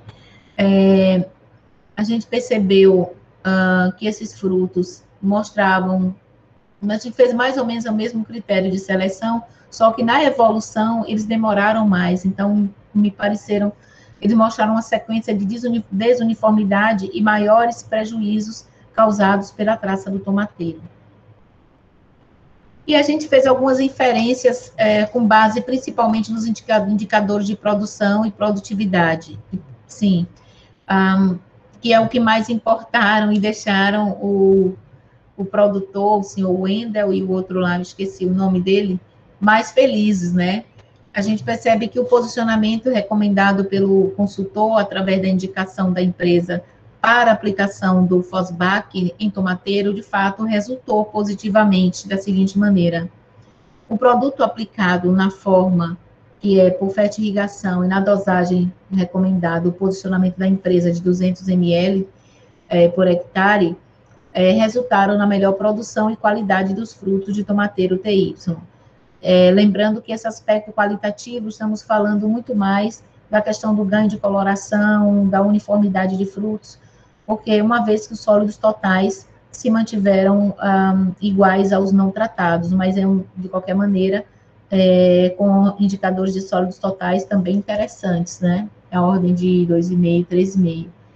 Com base nesses resultados, podemos recomendar a aplicação do produto comercial à base de amido liquefacente para a cultura do tomateiro nos cultivos desenvolvidos na região do Piemonte da Chapada Diamantina, em Mirangaba. E assim, a gente iniciou modestamente, nosso primeiro ensaio do GISP Pesquisas. De lá para cá, graças a essa oportunidade que o consultor Marcos Kleber nos trouxe, nós conseguimos... Nossa, tem que ser rápida mesmo, só tem 20 minutos. Nós conseguimos desenvolver outros trabalhos, já iniciamos um acordo de cooperação técnica com a Yara Brasil, estamos em fase de formalização, exatamente para testar produtos de origem biológica. Também já realizamos uma etapa de trabalhos também com produtos de origem biológica, para aplicação em mudas de olerícolas e de videira e goiabeira com a FMC. Estamos alinhando outros trabalhos com essa mesma empresa, já com plantas em campo, cultivo com videira, em pomares de videira. E a gente agradece bastante, né, o interesse que a iniciativa privada tem tido em ser parceira do GISP, que o nosso objetivo é compartilhar conhecimentos, agregar, interagir, integrar, não só com a academia, mas com o setor produtivo, porque para nós não importa desenvolver um trabalho de pesquisa, um TCC, um estágio, um projeto de iniciação científica que sirva apenas para ficar guardado nos nossos arquivos de PDF ou impressos. A gente quer que, de alguma forma, isso sirva para atender as demandas do setor produtivo, porque, afinal de contas, a sociedade precisa de algum retorno daquilo que fazemos, né? E a gente espera poder continuar contribuindo e aprender cada vez mais com as experiências que a gente recebe aqui, com o compartilhamento, né, de todos que chegam para contribuir com o GISP. Marcos Kleber? Olá, Ana. Boa noite. Deus do céu, falando de Pirangaba e da área de Wendel, sem você aqui, já estava me sentindo meio peixe fora d'água. Então... Não, a professora apresentou muito bem, imagina. Eu gostaria de pontuar algumas coisas. Se quiser voltar alguma imagem, pode dizer, que eu abro aqui. Não, tá? Ana, acho que não é necessário, não. Mas, por exemplo, ali na parte de pós-colheita, isso é algo que é bastante relevante, tá? Se tratando dessa região, da produção dessa região, pelo fato do mercado que eles atendem. Manaus, por exemplo, chega a passar 15 dias da saída de Irecê até chegar. Imagine caminhão, barco. Então, assim, isso é algo que define manejo, isso é algo que define o material que vai ser plantado. E aí, por exemplo, porque o TY, que é um material antigo, né? TY 2006 foi o ano que foi lançado, ele ainda permanece sendo bastante plantado nessa região. Justamente, ela apresenta geneticamente um gen que pertence à empresa detentora do produto, a Seminis, que hoje pertence a Monsanto e já é Bayer, né? As coisas vêm. A Seminis, ela detém um gen que dá essa firmeza natural no fruto. É óbvio que isso tem a ver também com manejo, com nutrição, mas geneticamente poucos materiais conseguem a firmeza. Isso, inclusive, é reconhecido pelas outras empresas, que apesar de qualquer manejo que você faça, dificilmente você consegue, em manejos acertados, a firmeza do TY. E por isso ele continua sendo plantado, embora seja uma característica negativa desse material, gostemos ou não, é a desuniformidade de colheita. Ele é péssimo em uniformidade de colheita, né? Você tem o que eles chamam de colheita, né? Primeira, segunda, terceira colheita, e ele realmente apresenta uma desuniformidade significativa nessas colheitas, tá? Então, vem se mantendo no mercado por conta dessa característica de pós-colheita, de shelf life, de tempo de prateleira. Esse é o ponto forte desse material.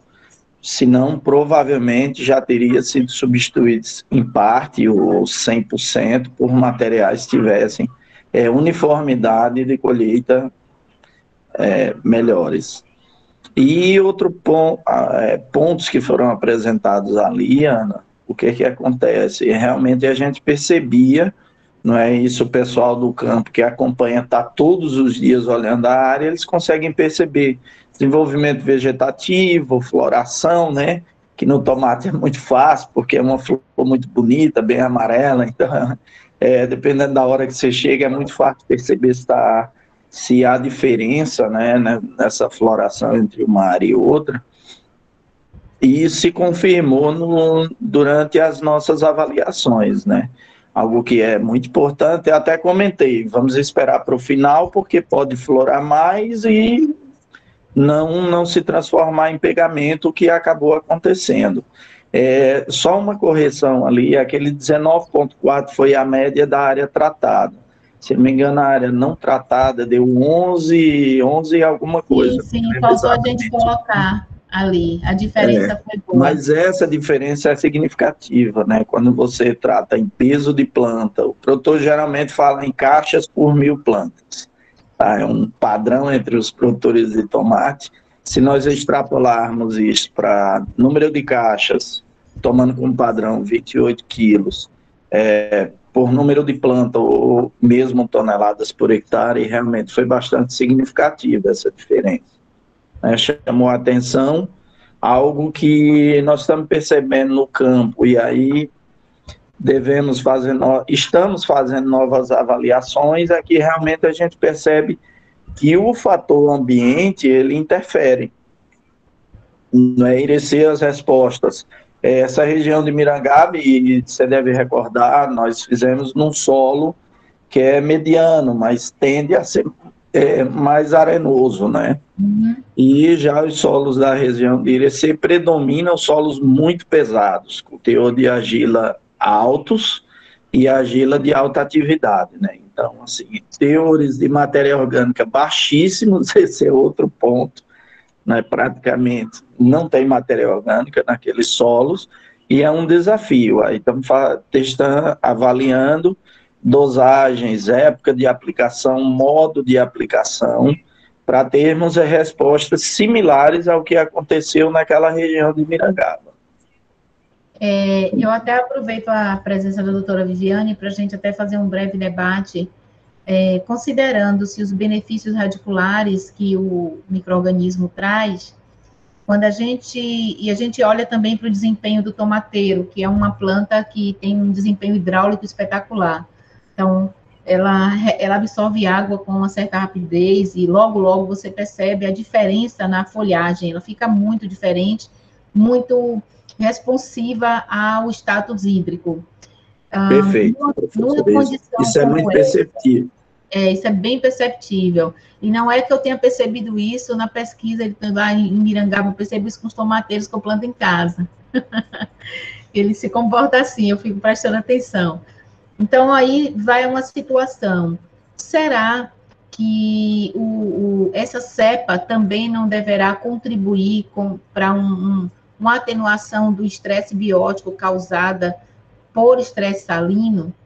Será que ela não deverá contribuir para que a planta se repare osmoticamente, e mesmo num solo pesado como esse da região de Irecê, que é forte produtora de tomate, não vai ser, então, uma boa alternativa para que as plantas produzam melhor, mesmo no solo mais pesado e com uma tendência maior de salinizar? Para a doutora Viviane, correto?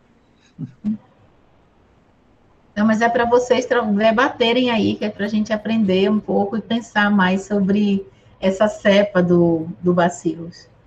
Irecê, ela é uma região que eu diria quase única, né, no Brasil, porque concentra esse tipo de solo, porque nós poderíamos dizer, mas a região de Mossoró, no Rio Grande do Norte, também tem águas subterrâneas, com uma certa salinidade, com predominância de carbonato de cálcio, né, às vezes magnésio, mas predominantemente cálcio.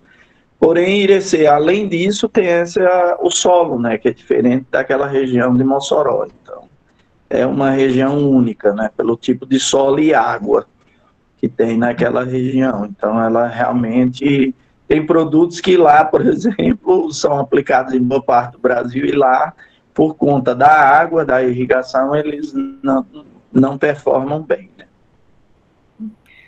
Até para contribuir, Ana, o que a gente tem observado, a gente tem algumas casos, algumas demandas com relação a solos salinos, e isolado a bactéria, essa cepa, nós não testamos, porque nós temos um extrato vegetal que nós temos um posicionamento para a área onde tem um nível maior de salinidade, porque ele trabalha diretamente com essa regulação de estresse abióticos e essas condições de salinidade, até de toxidez de alguns ferro, alumínio, ou até em questões de herbicida.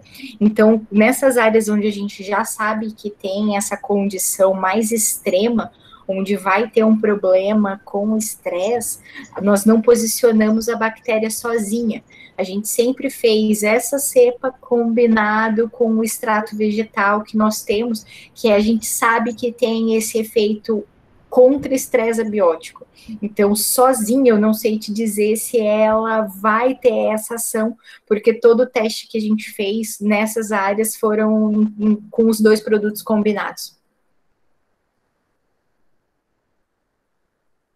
Ok. Então, vamos dar essa missão aí para Marcos Kleber descobrir isso lá em Irecê. Estamos fazendo, Ana Rita, Viviane, enfim, os demais. Junto com o Danilo, que eu acho que está nos assistindo, nós fizemos um trabalho aplicando sem e com produtos à base de ácidos úmicos e fúlvicos, né, para ver se isso realmente teria uma ação benéfica, né? Já que os solos são muito pobres em matéria orgânica, nós fizemos essa aplicação lá, especificamente lá nesses solos, para ver se há diferença ou não nos tratamentos. Ok. Ana, não sei se eu vou falar besteira, porque não é minha área, mas aproveitar Kleber e Viviane. Vai não, Marcos, você nunca fala besteira. A Viviane falou alguma coisa aí sobre fazer uma aplicação conjunta com outra coisa quando tem um excesso de ferro, uma toxicidade por ferro. Lá em Irecê tem problema com ferro, né, Marcos? Porque você tem um óxido de ferro muito pesado nesse solo. Sim, solo roxo aí que apareceu aí. Será que esse ferro não está interferindo ou não teria que fazer, como o Viviane falou aí, fazer alguma coisa lá junta com outra para poder trabalhar esse ferro? E como o Patrício também falou, será que essa questão de manejo, já que os solos são completamente diferentes, esses 2 que você falou, né, da Chapada, que é mais arenoso, com esse aí que é argiloso, com teor de ferro alto, talvez você tenha uma diferença aí. Perfeito, Marcos, perfeito, esse é um ponto. Esse é um ponto bem interessante. Atrapalhando alguma coisa, não sei se o ferro vai atrapalhar. Não, faz todo sentido o que você está falando. Realmente, lá na região de Miracaba, do Piemonte ali, nós temos solos ali, entre Jacobina e Campo Formoso, solos mais arenosos, solos leves, e algumas manchas, mas Irecê realmente é o que você falou, predominam solos pesados, com bastante presença de ferro, né? Se não fizer um manejo legal, eu não sei qual a profundidade desse solo, mas se não fizer um manejo legal, você vai ter um excesso de água numa profundidade muito rasa, que vai ter problema. Você vai ter um excesso de uma CTC alta, você vai ter um excesso de ferro aí muito alta, você pode ter um problema de densidade que vai afetar antocianinas, afetar açúcares, afetar um bocado de coisa no tomate, dependendo da densidade, e que vai atrapalhar o crescimento dele aí. Perfeito. O solo é como aquilo que tinha colocado e você contribuiu. O ambiente, né, a doutora Viviane falou no início, o ambiente ele tem uma interferência, né? Então, nós temos que realmente analisar isso, ou o posicionamento que a gente faz, diferenciar os posicionamentos, né? Para cada tipo de solo, para cada tipo de ambiente que nós vamos colocar o micro-organismo. É isso que eu imagino. Conhecendo agora melhor a condição de solo onde vocês têm trabalhado e se realmente existe essa questão da toxidez de ferro, se a gente pegar lá naquilo que eu apresentei com a questão dos sideróforos, os sideróforos fazem com que a planta absorva mais ferro, né? Então, se você tem um solo onde já tem um nível elevado de ferro e você está proporcionando que isso fique absorvível de uma forma mais rápida, talvez a gente está causando uma toxidez de ferro onde a gente deveria estar controlando essa condição de absorção.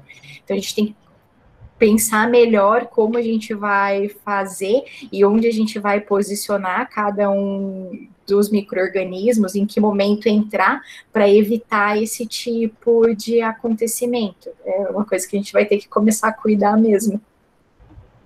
Ok. Não tô tão errado, então. Não tô ficando tão doido ainda, não. Não tô ficando velho, mas não tô ficando doido. Pronto, nós já estamos às 8h55, logo o Jonatas vai querer encerrar, né? Não sei se hoje tem futebol, que é o nosso grande concorrente, mas eu volto a trazer aqui uma provocação final para que a gente reflita em torno do que existe. A nossa obrigação é ajudar as pessoas a produzir alimento de melhor qualidade, em quantidade e com a menor agressão possível ao ambiente. Eu falo do ambiente como um todo, a nossa visão é sempre uma visão holística, né? E eu ainda trago como grande preocupação a multiplicação desordenada de cepas de micro-organismos, sem que exista uma ferramenta de controle da qualidade do que se está reproduzindo e do que se está levando ao solo, não mais como uma colonização inicial, mas a colonização pelos produtos multiplicados on-farm. Por outro lado, eu também trago a uma discussão futura a responsabilidade que as empresas têm em difundir as suas tecnologias, que custaram décadas e tem todo um custo envolvido para que ela exista, para que ela seja colocada à disposição das pessoas no mercado. Por outro lado, e tem que haver um equilíbrio perfeito entre custo e benefício, para que as pessoas não sejam levadas a usar essa tecnologia de uma maneira indevida e fazendo as suas multiplicações na própria fazenda, e muitas vezes com uma tecnologia insuficiente para manter a qualidade desses micro-organismos e os mesmos benefícios que tinha anteriormente no solo. Então, assim, a gente tem usado a tecnologia para voltar a utilizar coisas que no passado já existe, coisa que já existe naturalmente, coisa que já foi utilizada, talvez, pelos mais antigos, só que agora a gente usa a tecnologia para fazer isso ser usado em ampla escala e com maior controle. Então, a gente precisa refletir um pouco sobre isso e, quando a gente voltar das férias, talvez fazer uma roda de conversa para discutir um pouquinho sobre essa questão das vantagens e desvantagens de produção on-farm de micro-organismos para a agricultura. Vai aí a sugestão, GISP geral. Excelente, professora. Alguém mais quer colocar alguma coisa, algum comentário, tirar alguma dúvida? Fiquem à vontade, ainda dá tempo. Apesar da próxima 9 horas, a gente pode passar um pouquinho, viu? Não sintam-se.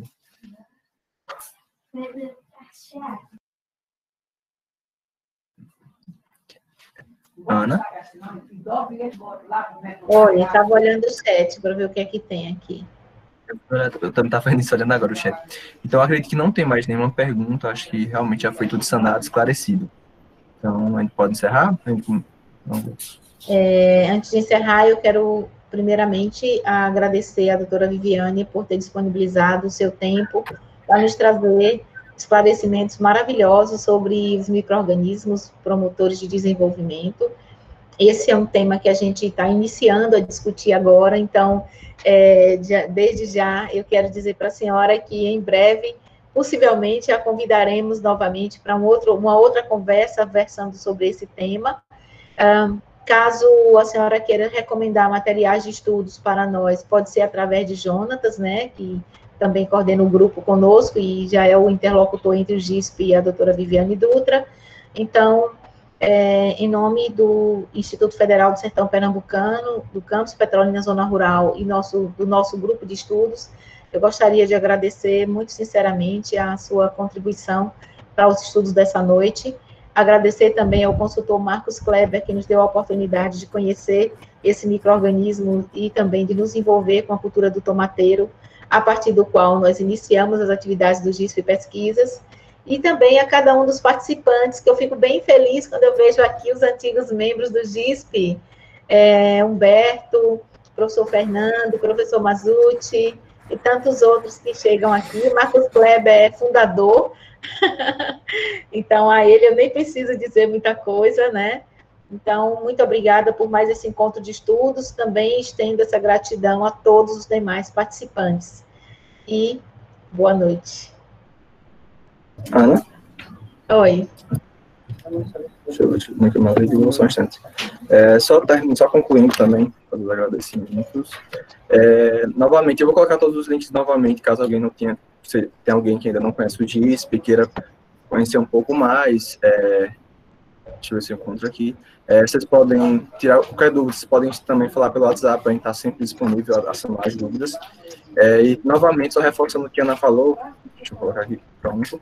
Né, eu agradeço a todos que permaneceram até aqui, né, acho que todos estão satisfeitos, realmente foi um encontro muito produtivo, né, com várias participações, todo mundo interagindo, a gente sempre gosta do GISP dessa forma, né, mas em especial eu quero agradecer, né, ao Marcos Kleber por ter nos acompanhado desde o início, né, desde o primeiro encontro do GISP, presencialmente ele está nos apoiando, né, e agradecer também especialmente à doutora Viviane, né, que veio nos ajudar a compreender melhor, né, o Bacillus, e que Ana, desde já o aviso, ela é super acessível, é uma pessoa muito carismática, então desde já é importante frisar isso. Então, doutora Viviane, muito obrigado, espero que você volte novamente, né? Então, inclusive, é uma dificuldade minha chamar de você, eu já me costumo chamar de puxou minha orelha. Então, a gente volte novamente, espero que tenham gostado e que o GIS Pesquisa, né, continue com essa parceria e que venham muitas outras novidades. Boa noite a todos. Boa noite, eu que agradeço. E claro que eu estou à disposição quando quiserem aí algum outro assunto que eu puder colaborar, me avise e eu vou participar junto com vocês. Muito obrigada pelo convite. Maravilha, obrigada. Então, ao comando do nosso moderador da noite e coordenador Jonatas, eu encerro a gravação. Esqueci até de comentar, agradecer a Patrícia também, ajudou bastante a gente hoje, né, trazendo o que era da nossa... E qual é o GISP da próxima semana, para o povo já ficar sabendo, Jonatas? Sim, deixa eu pegar aqui, abrir a programação. Eu já acho que é Gederson. Com certeza, isso eu não lembro. Vamos falar sobre a cultura do melão. Salinidade vem toda aí, hein? Com certeza. Aspectos fisiológicos da cultura do melão. Semana que vem, quarta-feira, com o Gederson. Gederson Virgínio, ele é um membro do GISP já desde vários meses já, né? E ele é produtor de melão, consultor em melão lá no Rio Grande do Norte, não é isso? Acho que é. Se eu não errei, ele tem mais qualidades do que essa. Mas, enfim, vamos saber melhor na terça-feira. Inclusive, ele participou hoje também. Ele estava aqui, eu preciso sair. Posso? Então, gente, muito boa noite a todos.